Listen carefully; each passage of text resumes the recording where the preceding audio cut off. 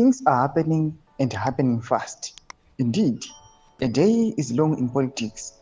This is telling of the recent developments within Zimbabwe's ruling party, ZANU-PF, regarding the relationship between President Emmerson Mnangagwa and its VP General CG Chiwenga, the business mogul Tagwirei, at the center of the power struggle. Sanabida mashoko kuda pagwa ino achiti Tagwirei's political fall signals Mnangagwa losing grip.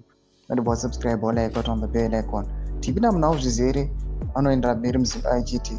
This week's episode brought the Bulawayo poster scandal, promoting a Bulawayo business dinner event that featured VP Chiwenga as the guest of honor, hosted by Tagwirei and his associates. Matters escalated again on the same day when a press conference was held by ZANU-PF's Secretary for Information and Publicity, Ambassador Christopher Mnangagwa, accusing Tagwirei of trying to buy power.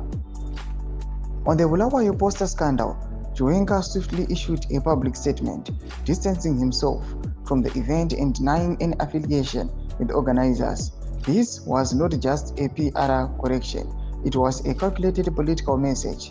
In ZANU-PF, such public rebukes are rare and typically signal deeper fractures. For Chiwenga to openly disassociate himself from Tagwirei, especially given the latter's known proximity to Mnangagwa, reveals a deliberate effort to undermine the businessman's perceived political ambitions, or at the very least, his access to the VP's platform.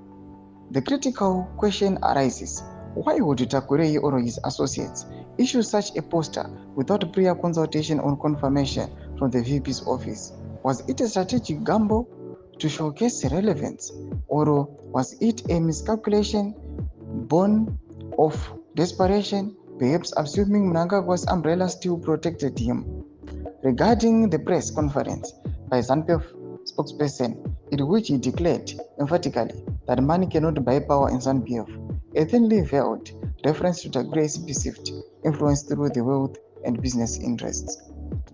Tagwirei's political misfortunes might just be tip of the iceberg. Behind the scenes, the joking for 2028 and the ideological question of whether 2030 is even on the table has begun in earnest. In such a climate, public optics like posters, endorsements, and committee placements are more than protocol, they are political weapons.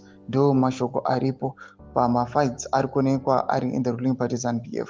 Ina comment section medu za mafunguro enyu moti kudi pamusoro pechitiko ichi. So subscribe or like, chit on the bell icon.